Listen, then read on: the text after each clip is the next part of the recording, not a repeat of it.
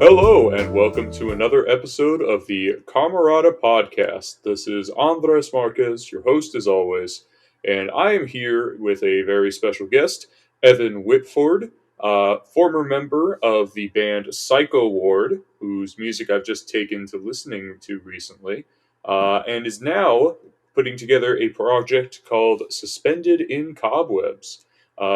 Take it away, Evan. Hello, everyone. That was pretty accurate information, as far as my work's concerned. I do my best. Oh yeah, no, that you got it. You got it all right. Yeah. I do vocals and guitar and production and all the stuff for those projects. One of them is just getting off the ground. I'm very excited about that. One of them's been around for 3 years, and it's been a ride. So, yeah, happy to be here today. Awesome. Yeah, so if you don't mind me starting with Psychoward, again, I've just taken to listening to y'all's music real recently. I love the Blister in the Sun cover, one of my favorite 90s tunes.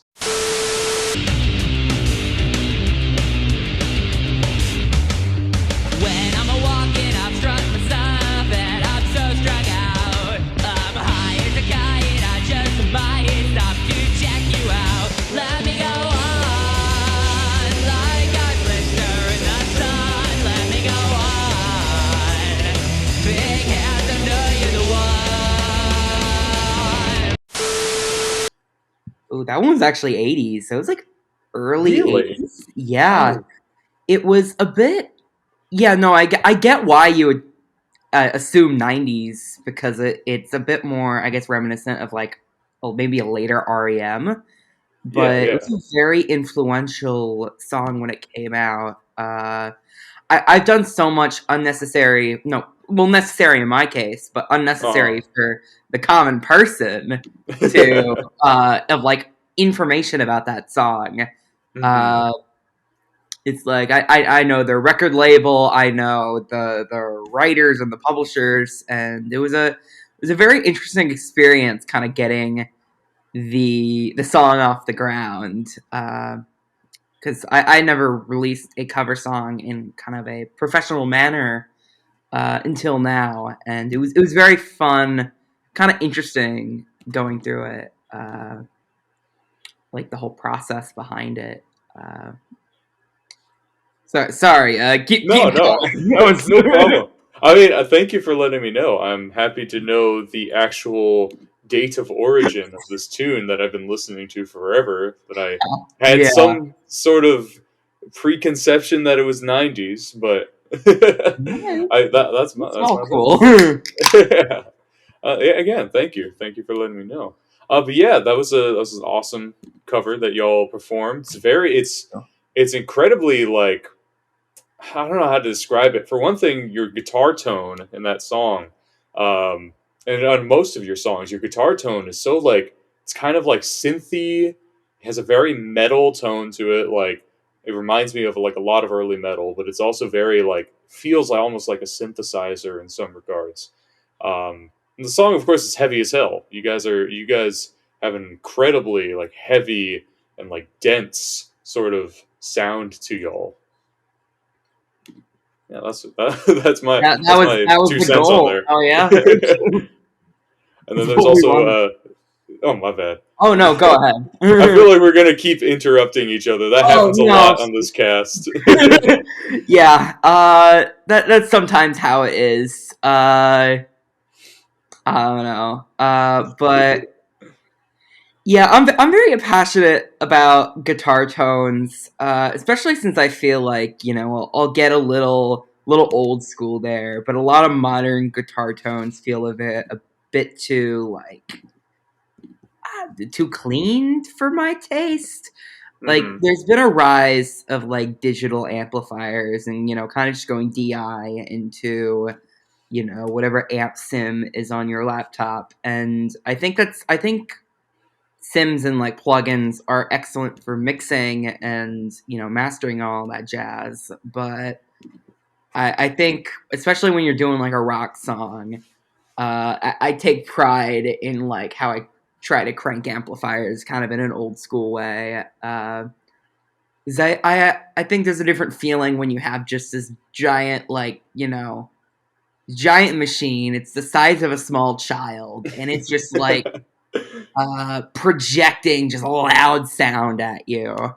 Um, and a lot of the music that inspired me to like make music in the first place was very much rooted in very very kind of theatric and grand guitar tone. Mm-hmm. So for Blister in the Sun, I'll say this up front. It was very much modeled after the old Smashing Pumpkins techniques, where we had what we did for that synthy guitar tone was it was just a big muff going through a Marshall JCM 2000. That's my main amp, and then the studio had a Fender Twin Reverb, and it was I'm not too familiar with those amps, aside from like bits I played here and there, but I've never owned one. Mm-hmm. And there were very different tones. What we did was we went through two amps going through this pedal, the Big Muff, which is what the Smashing Pumpkins used back in the day. This one's totally like a different model, but we still Right. tried to follow closely to that technique. We had two amplifiers going on, so each one was mic'd, and I had written like, oh, I'm not sure what I actually wrote, because when I was doing the grilled cheese recording, we had like 5 different like parts in the chorus and the multiple different parts here, and it was an overdub like hellscape. It was very chaotic, because we were doing so much with so many layers, and it just became like this giant wall. And we kind of tried to emulate that with the Blister cover, but it was a little more controlled. Like we kind of knew it's like, okay, this is what absolute chaos sounds like. Let's try to focus this chaos a little more. And I think it worked well because the two amps, they were going through the same pedal, but they had very different tones to them because the Marshall was a lot more compressed than the Fender. The Fender was like going straight clean, when I think the Marshall was like distorted with the Big Muff pushing into it. So it's just even dronier. And I think the sound, how it came out on Blister, was kind of wild. Like you said, it was very aggressive. It was just Yeah. it just like stabs at you, because when I finished the song, I basically finished it, kind of put it away, and then listened to it again until it was like released. And by the time it's like mixed and mastered and everything, streaming services put like harder limiting on it and make it louder, so it's going to sound different when you hear it on Spotify than like on the file you have that's a bit more clean. Yeah. And then I was listening to it again, and it's like, this is really cool. It's like, damn, the guitar was really stabby, and like that was totally the intention, but it was like really aggressive, and I'm very thrilled with how that turned out in the grand scheme of things. Yeah, like I was you mentioned another song of yours, Grilled Cheese. That song I felt, again, I think you'd kind of touched on this again. That song felt even more like dense and just filled to the brim with different sounds and tones. When the city of angels is my only friend, get my time switch to the end. Get about a mama's casserole, jump a jack flash like a rolling stone. All I wanted was a grilled cheese, mama got me spaghetti meat. My girlfriend gave me such a cheese, and all I wanted was a grilled cheese. All I wanted was a grilled cheese. My mama got me spaghetti meat. My girlfriend gave me such a tease, and all I wanted was a grilled cheese. I'm not nearly as detailed in my knowledge of equipment and of, I guess, just the makings of music from a technical standpoint as you seem to be. But I can very much tell that these two songs have very they're coming from similar angles, but they ended up having very different sort of energies. Grilled cheese, I really like though. I remember thinking like, oh, like it just reminds me of Suicidal Tendencies, institutionalized, where he's just trying to get like a Pepsi or something like that. Is it a Pepsi or a Coke? I don't remember. I'm not too familiar with Suicidal Tendencies. Like, I mean, their music, at least. I know the band. I know. I'm aware that Thundercat was like a member for like 10 years or something, which is very, very Really? interesting. Yes, he was the I bass didn't know player in like that. the early 2000s. I'm gonna guess 'cause they went through a lot of different bass players. So I think one of the Suicidal Tendencies bass players is playing for Korn right now, and Oh I my know god. Trujillo, who's now Metallica, was a Yeah. member. So I'm aware that there was like a lot of cycling bass players, but I never like sat down and listened to Suicidal Tendencies music. Just a Hmm. little interesting, because I really should. I'll probably take it up later today to just now For that I'm sure. mentioning it. The sound and the energy is a bit different. All I remember thinking, like listening to Grilled Cheese, like it felt like a very similar concept, just like an incredibly like hyperactive song about something like. Oh, there goes my dog. I'm gonna check on something real quick. I'll be right back. Hey, hey, Ozzy. Hey there. Sorry about that. Oh, no problem. Sometimes my dog just goes into a frenzy. She'll like detect a small atom that's slightly out of place on the door, and she'll just go nuts. And it, I don't know. Maybe she's seeing something we don't. Dogs are supposed to like see Oh ghosts and yeah, detect earthquakes and stuff like that. But in yeah. any case, in any case, yes. I completely forgot what we were talking about. It was something about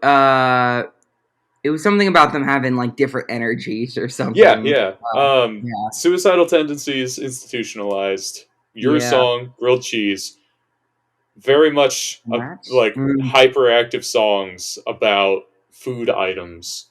Well, Pepsi's kind of a drink, but you get what I mean. You get what I mean. Oh yeah. Uh, well, when we were doing grilled cheese, 'cause that was one of the first songs that we had like written. Hmm. We were coming off of the Black Lagoon EP, which was an even more different tone than grilled cheese, and we knew because we had grilled cheese like written by the time we were doing Black Lagoon, Hmm. but I kind of stepped in and said like, "Yo, we should keep this song for like a release after. Maybe we'll release it as a single or for something new Yeah. because it does not fit on the Black Lagoon EP." Which we tried to keep that one like thematically, like really in touch with a lot of old school horror punk Hmm. that like I grew up with and was obsessing with around that time.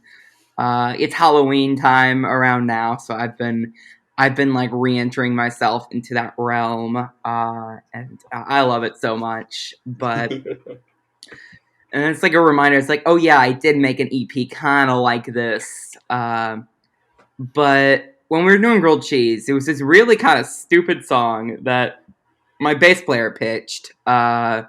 Who's not here today, but he's been my right hand man for Psychoward, basically since we started. Hmm. But he originally kind of came up with the song, and he was really like, "Yo, we should write a song about our friend Edwin who just really likes grilled cheese," and he like wrote the chorus. I remember the night he's like FaceTimed me and he's like, "Yo, I've got the best chorus right here. It's like my all I wanted was a grilled cheese. My mama caught me smoking weed. My girlfriend can be such a tease, and all I wanted was a grilled cheese." And it was the dumbest thing I have ever heard, but it kind of worked. It kind of worked for the vibe we ended up doing, and Hmm. like he was a lot more rooted in a lot of psychedelic and funk and like blues even. a bit of jazz, all that kind of stuff. I had always, my instinct was always to go heavier, but I think a lot in how my musical taste has developed. I've become more open to like, those styles and trying to implement them, just kind of writing them on my own. But he was Hmm. the one that kind of came up with the whole, I guess, vibe for grilled cheese, and I was executing that vibe more than anything. Hmm. Uh, and I was like jam packing as much stuff as we could into that song because it was an unbelievably simple song. It was like a 4-1-5-1 kind of chord progression, which is so unbelievably simple. Those are like the most main like stock chords you can get of any song. Uh, but I think harmonically it ended up just being madness because I had written like 5 different lines for the chorus. We were tracking them multiple times and we had multiple amps going on. They were all distorted like hell. And there was a solo section in the middle of the song and I tried to like make that one interesting. It was a very kind of shreddy solo that it was the I guess the solos were a little different on Black Lagoon. With the grilled cheese one was very very shreddy. And then we had a bass solo too. We had tons of synths that we did at Jordan's place one day, and oh yeah, we had like a saxophone session on that track for like the ending of the song where Hmm. I was listening to a lot of Mr. Bungle and I was like, "Yo, we need our Bungle moment and just throw a saxophone in there." That's Uh, the best. yeah, Every band's. I'm sorry. My oh bad no, for go ahead. interrupting. I was just gonna say. I think every band needs at least one track, with either a saxophone or a trumpet. It's like it just it creates an entirely different sort of vibe. Oh, it totally Like does. Yeah, saxophones, I think are like kind of, how do you say, they're kind of like the essence of rock and roll to me. If whenever I hear something and it's like, oh yeah, this is like very metal or something. This is very like punk. But then a saxophone comes in. yeah, God those damn, raw. does I that mean, transform things? yeah. Uh, I definitely said, yeah. I guess back to Mr. Bungle for a second, because that was kind of a pivotal, uh, I guess, influence point for that song. It was very much like, hey, what if we can kind of take like a Pumpkins guitar sound and kind of put like some Mike Patton esque essence kind of into it. That was kind of the goal for grilled cheese. Hmm. Uh, and of course, once I release that, I've got people saying like it sounds like Queen, it sounds like Weezer, where it's like, yeah, you know what, those are very much rooted in kind of what I've been trying to go for. Hmm. But it was also very different than what was originally intended. So it ends up reminding people of a billion different other things when like I'm just cramming all sorts of things I like together, Yeah. trying to make these songs. Yeah. Yeah, that's where like some of the best music comes from. Just a conglomeration of so many different types of music and so many different types of influence in terms of music. Yeah. For sure, dude. Sure. Uh, I did want to ask. I mean, you've named a whole bunch of different artists. I wanted to ask who some of your core influences are, like some of the people you feel um, Oh. really just formed the sound that you want to create today. All right. Yeah, I could totally go on and off about this. 'Cause That's what we're here for. yeah, I'm a very nerdy person when it comes to I guess music artists and kind of how they release music and kind of their whole psyche behind it. I would definitely say that the first music artist I ever loved was Queen, and it's probably a very I think most people when they hear Queen nowadays, it's like, oh yeah, the band that everyone knows. Mhm. But when I was younger, I got like really into them because they were all I really listened to for like a little bit. uh, to the point where it's like I really kind of got the gist and kind of the point of view that they were doing on like how to like stylistically incorporate like vaudeville and show tunes kind of influence into this heavy progressive rock sound. And then, you know, they had these like evolutions into, you know, different forms like pop rock. And on those albums, they touch upon like so many different styles and do them all so well. And that was very, and of course, Freddie Mercury was like a superhero to me, as well as Brian May. And I think most of my guitar work is just like heavy ripoffs of Brian May, but you know, probably a little more synthy, a little more distorted. But you know, his kind of approach to dubbing and multi-tracking and just getting these massive sounds was kind of what I wanted to do. But I think the way he did it, well, I guess the band did it, was a little different than what we're doing today, because they had like, you know, analog consoles and they had to like, you know, record like 3 tracks at once and make sure it all fit onto one track, all evenly pre-mixed, where we were able to just record like 40 guitars into a DAW, and then it's like, that's our massive sound. So I would definitely say Queen was also, their level of theatrics is something that I very much try to go for in my own recordings, but replicating it live is always a challenge, especially when you've got like no money behind it.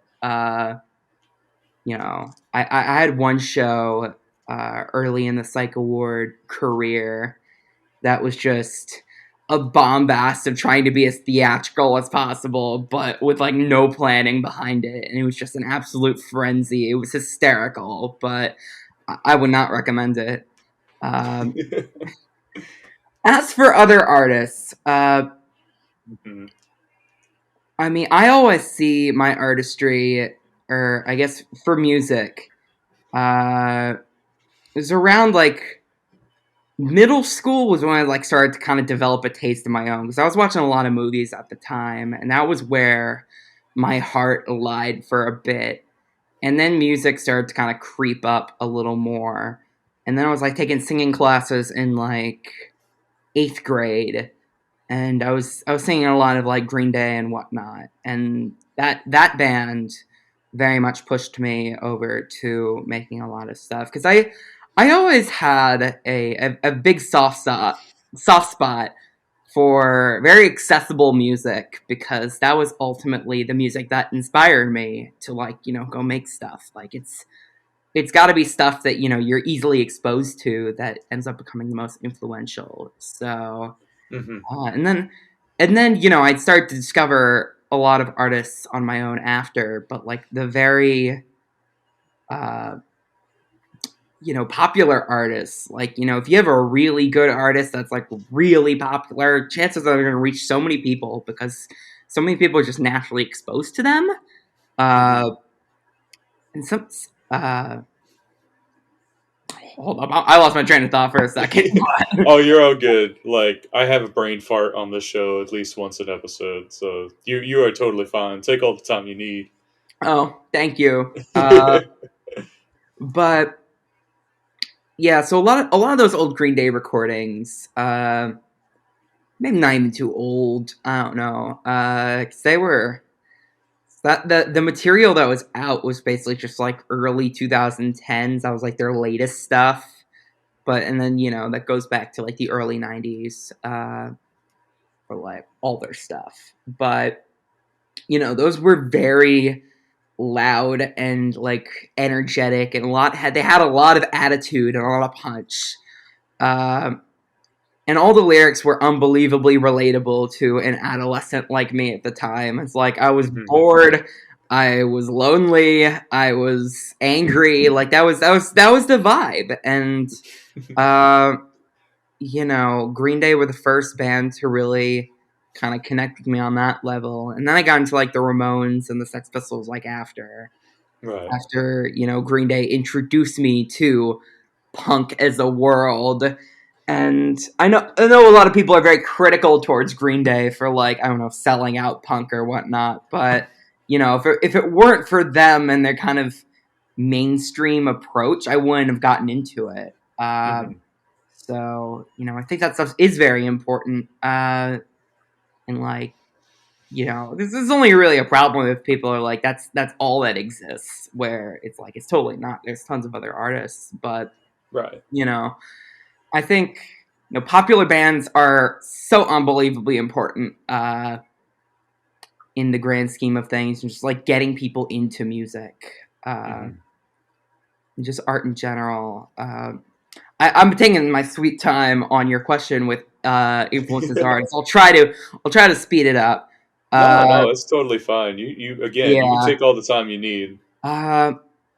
I mean, I probably said this in like every single interview. It's very obvious if you ever talk to me, but my favorite band of all time is My Chemical Romance.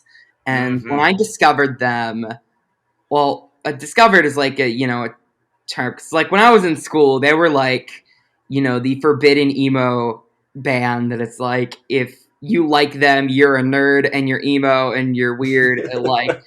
And it's like, I'm going to listen to this one time. I was like, oh my God, this is amazing. Why don't you guys like just talk about how amazing this is? And I think when I got to them, like this was like right before I ended up in high school. It felt like, I guess, my previous obsessions sort of like merged a little bit.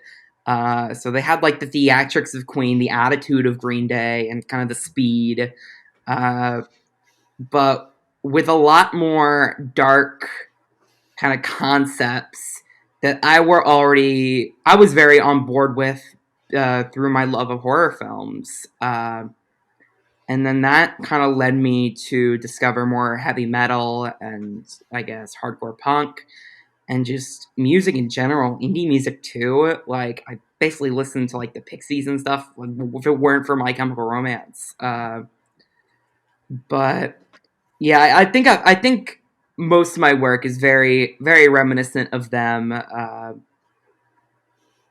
Because it just moved me so much. So that's to this day. I think their sound is so massive and their ideas are so dense, and they go all out on those albums. I guess as like stuff goes on, I've got a list of like my favorite artists just like in front of me, so I'll just try to mention everyone quick so I don't take forever.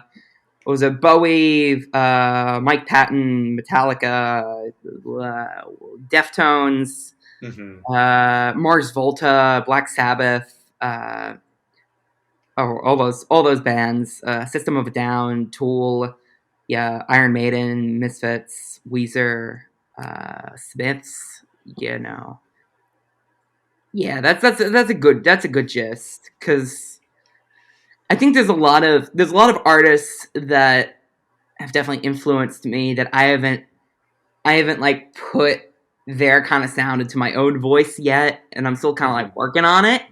Yeah. So like there's a lot of stuff that I'm working on that's definitely going to sound very different from those guys. Like nothing or like somewhat like them, but oh damn, I have another brain fart. No problem.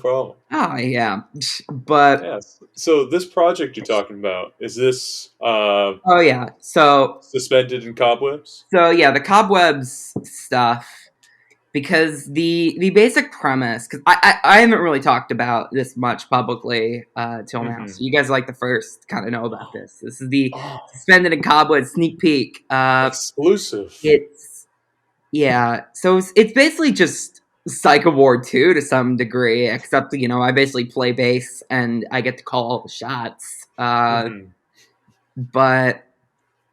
the basic premise, it's been very difficult but also fun conceptualizing the band, because I want to go in having kind of a big idea of like, this is what I want to accomplish with this project, given what we did accomplish and what we didn't with the last one.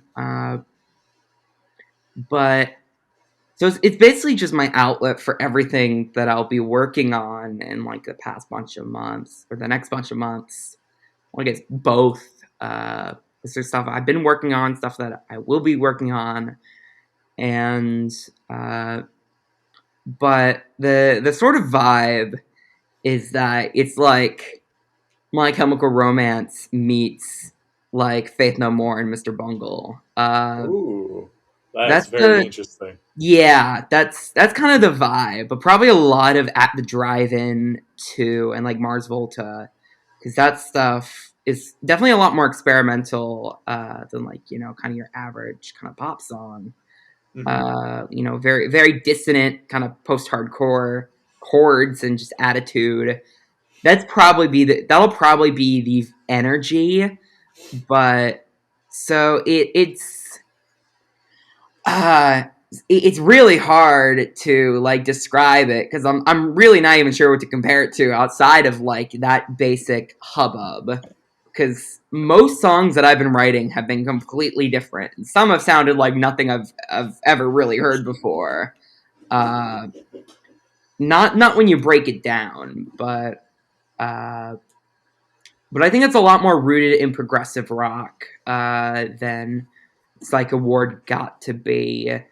Like, I definitely tried with stuff like Hard Candy. Not really prog, but it was, big and bombastic. So I think that's the intention for Cobwebs.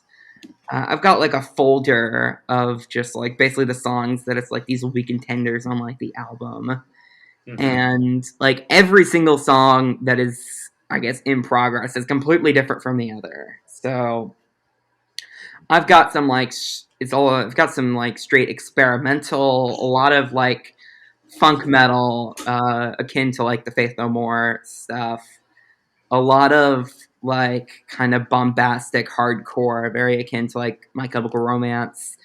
Some stuff Hmm. that's very close to a lot of new metal, very syncopated and kind of rappy, uh, which will be interesting. I gotta act a lot on those songs, uh, but I also want to implement a lot more electronic elements and I guess more of a grasp on like production as an instrument and to really Hmm. like focus on soundscapes and everything. Uh, but I think an important thing of moving rock music forward is also remembering like what can a guitar play with, because there's all these a bunch of people have opinions on what guitars like what you could do with them nowadays because back in the past like 50 years people are coming up with different things that you could do with electric guitars, and I think the perspective that I'm looking at is like there's so much innovation in music production nowadays. The sheer convenience of DAWs in like everyone's laptops, and all these virtual instruments, and just also knowing how to like get creative and create a sound space and like designing a sound. 'Cause that's what I think songwriting really is. It's more about the vision you're conveying and like how you produce your song, almost just as much as like the core writing of it. There's so many stages to it, Sure. but yeah. So if my probably attempt will be to like throw like bossa nova beats underneath like really bombastic like punk guitars. Uh, like I mean that is an idea that I don't know how much is gonna make it onto this album because I'm still coming up with stuff. I'm still refining stuff. There's one song that I've been working on. I've like just as I've had a bunch of because brain fart again. A lot of these songs are very complicated, and it's sort of the goal to make them like really dense and I guess even kind of huger than the Psychoward stuff. And something that I've noticed has kind of that's been a trend with writing it is having to like basically starting a song and then taking another piece of a song that it's like, huh, yeah, this was also really good, and then kind of merging it together when you realize that they're in like the same key or close enough keys, and Mm-hmm. then so it's very much it's very close to like Bohemian Rhapsody, how they were all like separate songs until they all just kind of fit together. Uh, I've basically just had this giant like a bunch of puzzle pieces, and like I'm just keep adding pieces that kind of fit, and I'm hoping that it's going to be a big puzzle in the end. I mean, that's one of the best kind of excuse me. That's one of my favorite sorts of experiences when it comes to putting together an album or just putting together music in general. Just seeing what pieces fit, because after a while, genre and those sorts of categori- categorizations. Categorizations. Yes, they're less important than the music itself and how True. you want to Yeah. convey messages and stuff like that. So when you said like, "Oh, I want to put punk rock guitars over a bossa nova beat," I was like, Yeah. "Who has thought of that? That is such a that's such an awesome idea," and I just love it when people are just gonna be like, "Hey, I've got these two different things that I really enjoy. These two different elements. I'm gonna smack them together, see what happens." Like that's the most like raw form of Yeah. experimentation. I dig it. What's also very important to me when I guess experimenting is also trying to keep in mind that it's like anyone can make the most experimental album, but it's also about how it's finally presented. And I was like, is this like really musical? Can you imagine someone listening to this on the regular?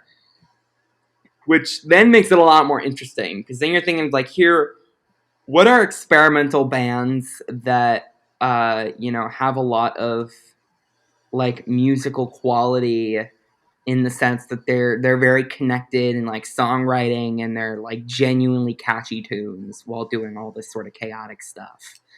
And when I think of groups like that, my mind goes to like I mentioned, Mr. Bungle and like Primus and Ween and like all sorts of groups that I think made experimenting very accessible, at least for me. But they're kind of popular, so I guess other people too. And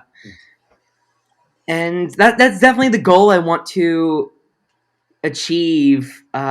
Is like I do want to make music that is very listenable, that like people can totally get behind. Right, right. But there's also so much. Uh, experimentation to be done with that material. Mm-hmm. And I think trying to present that in an accessible manner, like to me, that's like the big challenge. Uh, and it's very very interesting. The project's very early in development. I'm probably going to take a lot of time on trying to get it right. Because there's a lot of stuff to be done, but I have a feeling that's like this is gonna blow the past material out of the water, uh, because I'm really embracing that production freedom and the Mm-hmm. songwriting freedom, and trying to remember that there really are no rules, because especially when you're like on the internet a lot, and you're like trying to learn all this stuff of like songwriting and whatnot, you'll get a lot of people try to like throw rules at you. And you want to follow those rules to make sure you're doing everything right, but then you also need to remember that you can break those rules if you don't want to follow them. Yeah. So I remember this was an old Psychoward song. It was the third track on the EP, Benny in the Video. And when I was writing that, it was a pretty straightforward kind of like punk pop horror spooky tune. It was based off of this like Austrian film from the 90s, where like a kid murders a girl in his home, and because he like watches too much TV. It's a very wild film. But I guess Sounds very I had a 90s. hook inspired by that. It's like Benny and it was basically like a Ramones tune. Uh, and I guess when I was writing it, I tried to uh, emulate a lot of early like AFI influences, and one of the things that I got from that was like throwing in like this bass breakdown that like completely changes BPM and Mhm. just comes out of nowhere after the chorus. And we did this like really aggressive like tritone breakdown that was almost akin to metalcore to some degree. And uh it was a very creative song as things go. But when we were making it, the producer we were working with was like, "Bro, these time signature changes make absolutely no sense." And he made me very conscious of that. Uh, and ultimately they did not make much sense because there was just this like total BPM change in the middle of this totally going groove, and it totally changed directions. And uh, especially when you're writing like time signature changes into a DAW like Pro Tools or Ableton or Logic or I don't know, FL Studio. I've never used FL Studio, Mhm. but whenever you're writing like a tempo change into those, it's always a pain in the ass because you're trying to follow a click track, and then the click track's constantly changing, and it's really hard to like make everything as seamless. And I guess I walked out of that song being like, "Damn, I guess I should try to keep things a little more normal." But now I'm in this period where it's like, "Oh shit, no, I should totally break those rules again now that I'm like doing everything." Uh, it's like if I break those rules, I'm making more interesting music because, uh, that's how it is Of sometimes. course. I don't. Um, I'm sorry.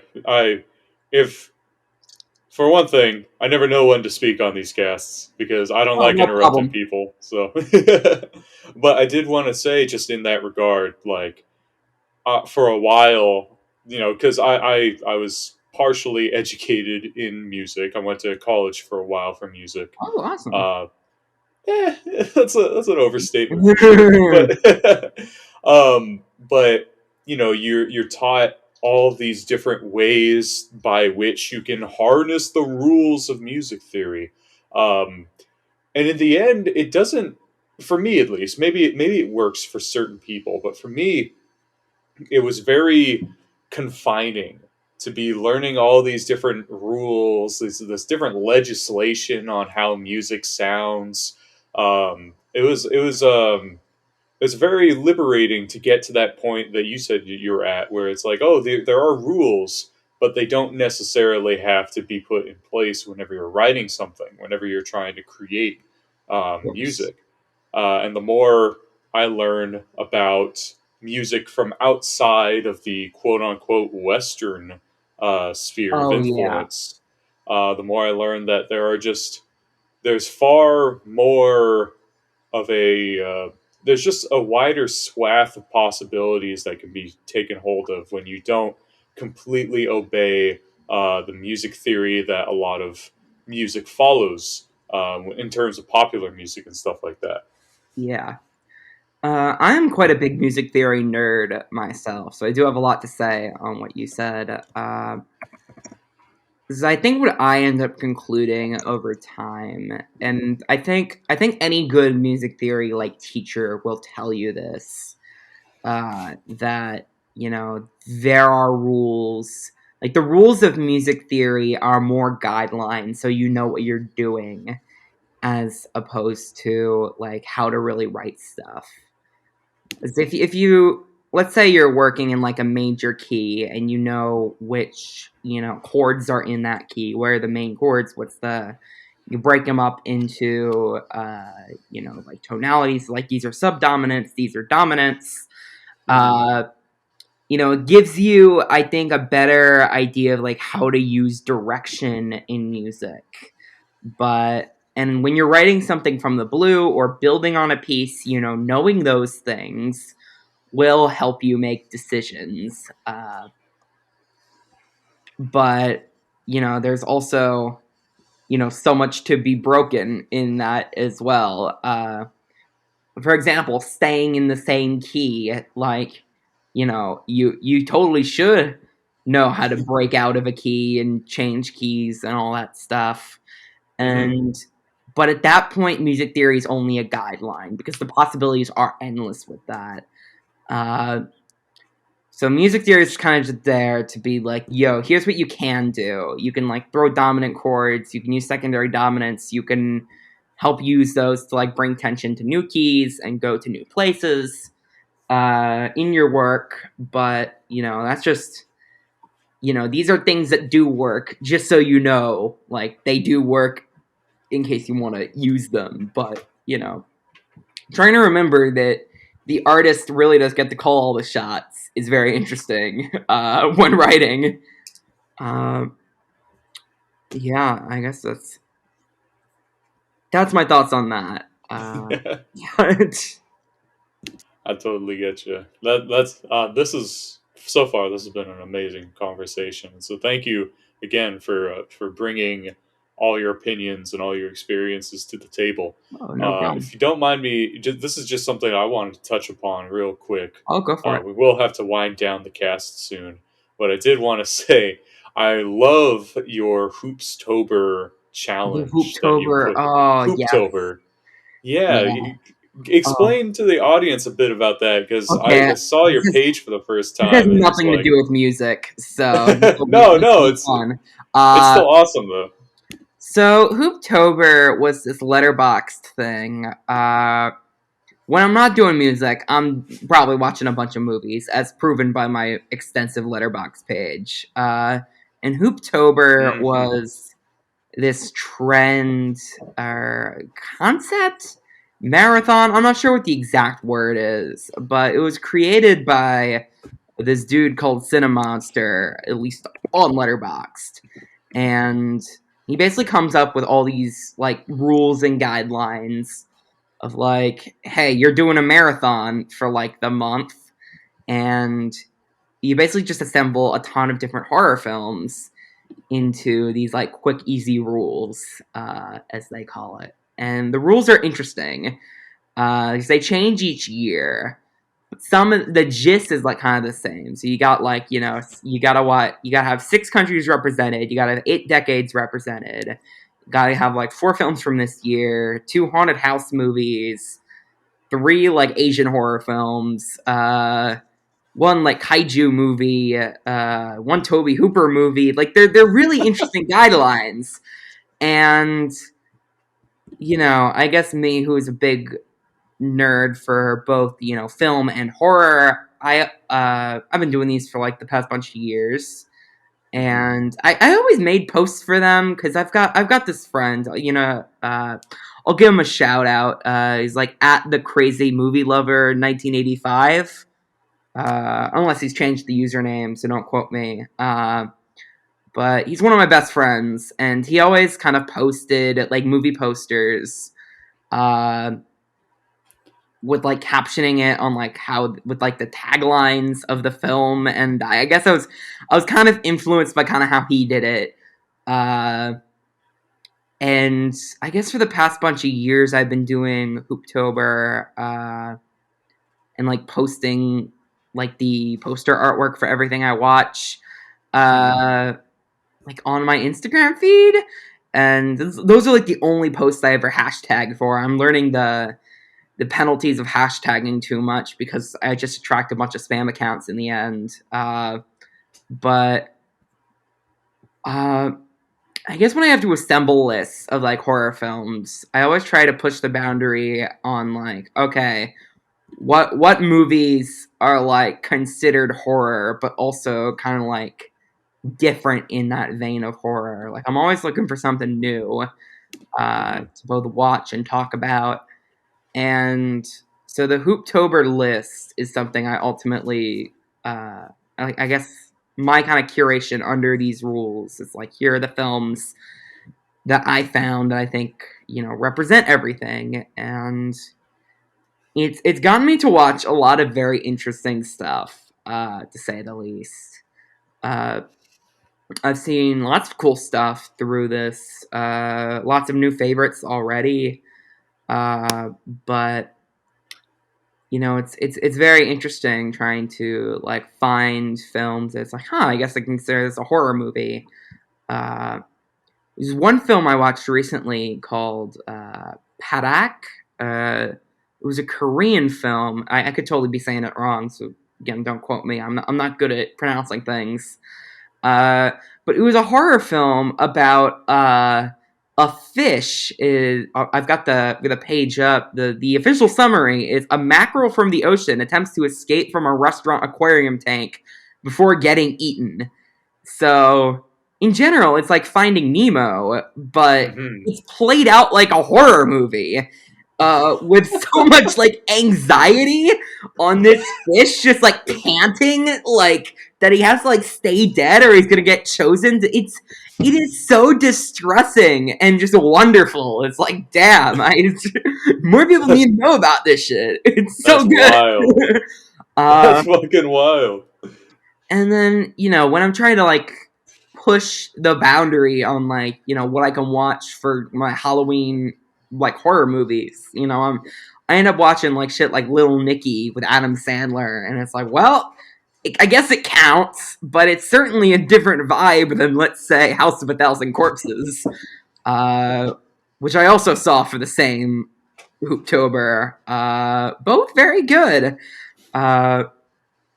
But yeah, I've had so much fun just discovering films for Halloween. I guess so many people watch kind of the same things every Halloween. You got your Elm Street, your Texas Chainsaw, your Halloween, your like Exorcist, Psycho, and all that stuff is great. I love it, but I've also seen it many, many times, and I always use like the Halloween spirit to try to connect to new things.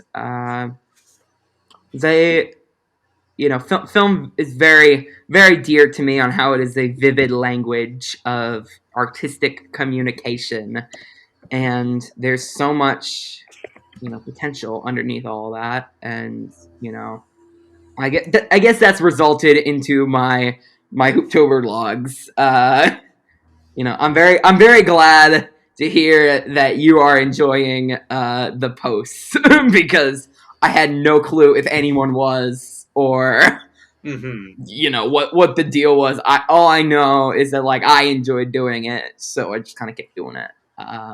Yeah, I mean, I just I'm always trying to find new films and books and video games to enjoy. I want to get more into media and experience more. Oh yeah. So it was awesome to see that on your page, like expecting like a whole bunch of music stuff, and then just seeing like thousands and thousands of posts on films, which is amazing because it's like it's a whole treasure trove to dig into and see if I want to experience it or not. So it was awesome getting to discover that. I've kind of noticed it's like as I've gotten older and I've become kind of like the film guy amongst like friend groups, and I'm at the point where it's like I have friends that, aren't total film nerds, but I found people that are also into watching new stuff. So, like, whenever I pick the movie, it usually ends up being, like, an interesting experience because they end up having a lot of things to say on it. And that's been a very fun ride. I guess just watching stuff with other people. As soon as like someone knows this stuff, it's up to them to like kind of share it, and I think that's a magical thing about media in general. Just telling people about stuff they might not have heard of, and then especially when that piece of media sparks a conversation because it is very different or abnormal. it's gonna create some feelings around it, and I love kind of dissecting those feelings because art's so fascinating on how that all works, and it works for music too, which I find pretty rad. But I think the difference in music is, I guess maybe, yeah, the difference in music. Sorry, brain fart. Uh, yeah,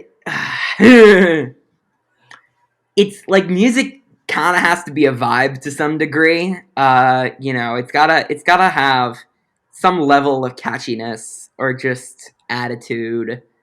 That's kind of just easier to throw on. Where it's like, obviously a film, you kind of have to commit more senses to it a little more. Where music, if your brain is just running around constantly, which mine does, it's so pleasant to just throw some good tunes on and whatnot. Uh, I guess that's what I have to say on that. I love both a lot, but they are different, but they're also so similar, which is I love. But yeah, that's enough on that from me. No problem, no problem. We are going to wind down the cast now. Again, thank you so much, Evan, for wanting to be on the show. Oh, no problem. So much fun. If you want to plug anything right now, any of your projects or anything at all that you just want folks to check out. Sure.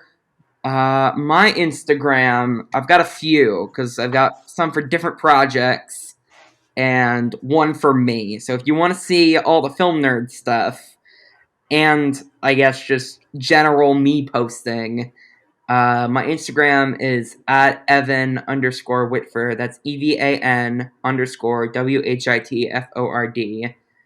And you'll see a little picture of David Lynch in a Limp Bizkit hat.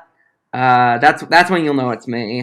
That's what that was. I was trying to picture what the hat was. What is that hat? I had someone say recently, it's like, what was that profile picture? And it's like, oh, it's David Lynch in a Limp Bizkit hat. It's just cropped. So I think the original photo said like, what if David Lynch but Limp Bizkit, or what if Limp Bizkit but David Lynch? It made me so happy because David Lynch is one of my personal heroes, and Limp Bizkit is such a vibe. I mean, that being said, I totally admit heroes in the nu metal genre. I don't know if Fred Durst was ever like a hero as much as he was a vibe. But like, if we're talking like System of a Down or Deftones, then those guys are like hero tier. Oh, for sure. Like Tino Marino, and I'm actually seeing System of a Down this Saturday in concert. Oh, hell yeah. I am so unbelievably excited. They were supposed to have Faith No More on the lineup, but Mike Patton ended up having to cancel due to mental health reasons. So I hope he's doing the best. Not sure if he'll ever hear this, but I wish Mike the best. So do I. Very much missed. Korn is also playing that show, and that'll be very fun. Oh damn! I'm supposed to be plugging stuff. No, you're good. Yeah. So the Suspended in Cobwebs one, it is quite literally just Suspended in Cobwebs. I'm very thrilled that band name was not like taken. When we were doing Psychoward, it's like, well, there's some Psycho wards and some Psych wards that I guess all different bands that just kind of had the same name, and no one had this Cobweb name taken. So if you see a picture or a bio that descripts of like three little piggy emojis, if you see pigs anywhere, you type in Suspended in Cobwebs. Exactly how that's SUSPEDINCOBWEBS. I think I said that right. That'll be where my new stuff comes in. If you want to hear the stuff I already have, you probably want to go to the Psychoward one. That one is at Psychoward, PSYCHOWARD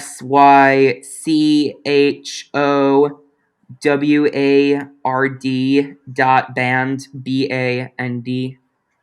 yeah, and you'll see the Blister in the Sun cover is the profile picture, and I guess some various memes. I've recently just kind of realized that how much fun I just want to have on the Psych Award page. Like I will just make shit posts about my own stuff, and it's been a lot of fun doing that. Just like, if there's not going to be any shows or like anything really serious you got to promote, I'm just having fun.